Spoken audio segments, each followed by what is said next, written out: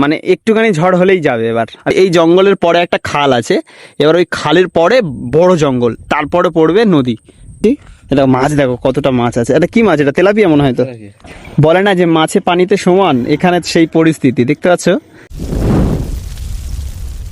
হ্যাঁ, এটা ডাবু ক্যাম্পের ভিতরের রাস্তা, ঠিক আছে। মানে ভিতরে বলতে অ্যাকচুয়ালি এটা বাইরে, মানে পাঁচিল আছে, পাঁচিলের বাইরের রাস্তা। আর এখানকার পরিস্থিতিটা একবার দেখো, রাস্তার মানে উপর পর্যন্ত ঘাস হয়ে গেছে। তো আর এই মানে বর্ষা বাদলের সময়টা কতটা স্লিপ হয়ে আছে। আর আমরা এখন বেরিয়েছি সামনের উদ্দেশ্যে, যাব একটু ওই ভিতরের সাইডটা। আমরা কিন্তু ভিতরে যাচ্ছি না, অ্যাকচুয়াল কী বলো তো, ওপারে যে ফিশারিগুলো আছে ওই ফিশারির ওই সাইডটাতে আমরা যাবো এখন। আর প্রচণ্ড পরিমাণে রাস্তাটা স্লিপ। আর এই কী বলে, মানে এই পাঁচিলটা টেনেছে খুব একটা দিন হয়নি, মানে হ্যাঁ বছর দেড়েকের কাছাকাছি হয়েছে। মানুষকে ভিতরে মানে অ্যালার্ট নিষেধ, মানে ভিতরে ঢোকা নিষেধ। হয়তো নতুন কিছু তৈরি হচ্ছে, হয়তো গাছ প্রথমে জালি টাইপ দেওয়া ছিল, ঠিক আছে। আর এখন ওই পুরোপুরিভাবে পাঁচিল টেনে দিয়েছে। এই নদীর ভেড়ি সাইডটা বেশ অনেকটা দিন পর আজকে আমরা আসলাম। আর ওয়েদারটা দেখে সত্যি খুবই ভালো লাগছে। এগুলো কিন্তু ফিশারি, ঠিক আছে। ফিশারি মাছ দেখা যাচ্ছে, দেখেছো? সামনে কিন্তু মাছ ঘাই করেছে, অনেক মাছ আছে। আসছি ওই সামনে একজন আছে, দেখা করবো, ওই উদ্দেশ্যেই আজকে মেনলি আসা। আর গাড়িটা এখানে রাখছি এবং আমরা যাবো ওই ভিতরে, মানে এই ফিশারির এই সাইড ধরে যাব। একদমই সামনেই কিন্তু নদী, ক্যানিং মাতলা রিভার কিন্তু ওই সামনে। দেখতে এমন লাগছে দূর থেকে, কিন্তু আমরা খালি চোখে যেটা দেখতে পাচ্ছি যে ফিশারিতে প্রচণ্ড পরিমাণে মাছ আছে। বলে না যে মাছে পানিতে সমান, এখানে সেই পরিস্থিতি দেখতে পাচ্ছ। এখানে কিন্তু প্রচুর মাছ আছে। দেখো এখানে এই তেলাপিয়া এখানে কিছুটা আছে দেখা যাচ্ছে। আমরা ওই সামনের দিকেই যাব। এখানে বেশ অনেকটা বড় একটা মানে ফিশারি। দেখো এটা মানে আমার রিলেটিভ হয়, ঠিক আছে, তার ফিশারি এটা। আর প্রচণ্ড পরিমাণে কিন্তু মাছ, দেখতে পাচ্ছ। এই মাছগুলো ছেড়েছে না নদীর মাছ, নদী থেকে উঠে এসেছে, সেটাই জিজ্ঞেস করার আজকে কথা বলবো। মানে এপারে যা মাছ হয় সব বগে খেয়ে নেয়, যার কারণে জাল দেওয়া হয়েছে এখানে।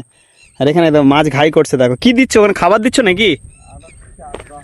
আটা দেওয়া হয়ে গেছে, যা খাবার শেষ। এখান থেকে কত, এটা এখান থেকে কত বিঘা আছে তোমার? 5 বিঘা, তাই তো? এক একজনের 5 বিঘা। এটা তোমার? ওটা তোমার চাষ তো হয়। আচ্ছা, তোমারটা কোনটা? তোমারটা তো মনে হচ্ছে ওইটা, এটা আর ওটা, তাই তো? তোমার এর তুলনায় তো মনে হয় এপারে মাছ বেশি আছে। খাওয়া দাওয়া হয় না বলে থিতিয়ে গেছে। সামনে দেখো এখানে ফুড কাটছে মাছে। প্রত্যেকটা ফিশারির একটা আলাদা আলাদা আলা তৈরি করা হয়েছে, তাই তো? মানে এটার এখানে মানে প্রত্যেকটা ফিশারি একটা করে আলা তৈরি করা আছে। কাঁকড়া চাষ হয় কোথায়? কাঁকড়া হয় এখন ধরছে, ওই সুদ ফেলে হয়, মানে ওই সামনে সুদ ফেলা হচ্ছে, তাই তো? এই লোক এখানে কাঁকড়া ধরবে বলে সুদ ফেলছে, ঠিক আছে। আচ্ছা, এই হলো আলার পরিস্থিতি। মানে একটুখানি ঝড় হলেই যাবে এবার, আর কিছু পরিস্থিতি মানে ঠিক নেই। আর অলরেডি এই সাইড থেকে ভেঙে চলে গেছে।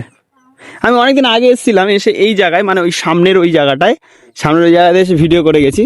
এটা মাছ দেখো কতটা মাছ আছে। এটা কি মাছ? এটা তেলাপিয়া মনে হয়। তো তেলাপিয়া মাছ। আচ্ছা, এই সময়টা নদীর পানি তো মনে হয় ঢোকানো হয় না, তাই না? কোড়াল পড়লে নদীর পানির সাথে সাথে মাছ ঢুকবে, তাই তো? আচ্ছা, বেশিরভাগ কি মাছ তাহলে নদী থেকেই আসে নাকি? নদীতে মাছ বেশি লাগে। আচ্ছা, মানে খুব অল্প সংখ্যক মাছ কিন্তু এতে ফেলা হয়, আর বেশিরভাগ মাছ কিন্তু নদী থেকেই আসে।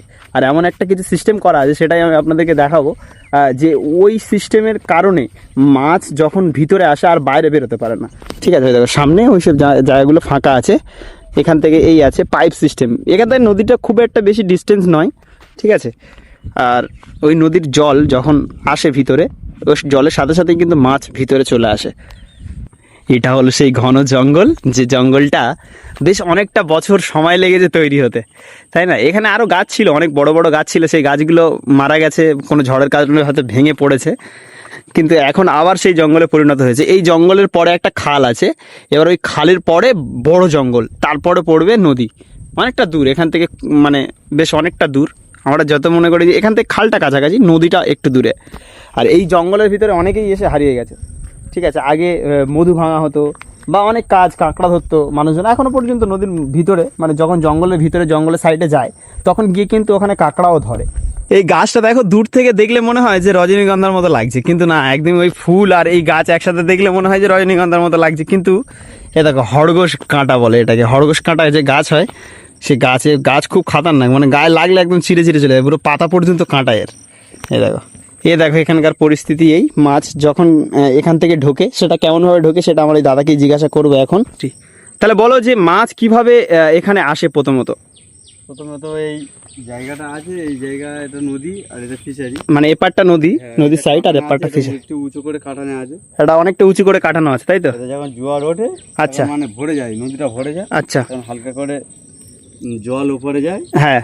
গিয়ে মাছ যা জলের সাথে থাকে ভিতরে ঢোকে। আচ্ছা। ওটা উঁচু করা আছে, আর মাছটা ভিতরে পড়ে গেলে আর বার হতে পারবে না, ও এর মধ্যে থেকে যাবে। বুঝতে পেরেছি, মানে এই ফিশারি সর্বসময়ের জন্য জল কম থাকে, হ্যাঁ, তাই তো?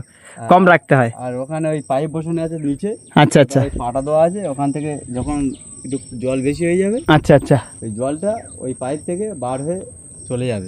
পাইপ থেকে জল, মাছ ভিতরে থেকে যাবে, মানে কোনো রঙ্গইতে মাছ বাইরে বেরোতে পারবে না, না। একটা ছোটোখাটো হলেও সে বেরোতে পারবে না। এরকমভাবেই আমাদের এই ফিশারিগুলোতে মাছ ঢোকানো হয়, ঠিক আছে? নদীর মাছ চলে আসে। ডাবুর এই সাইডটা, এই ফিশারি সাইডটা দেখে আপনাদের কেমন লাগলো?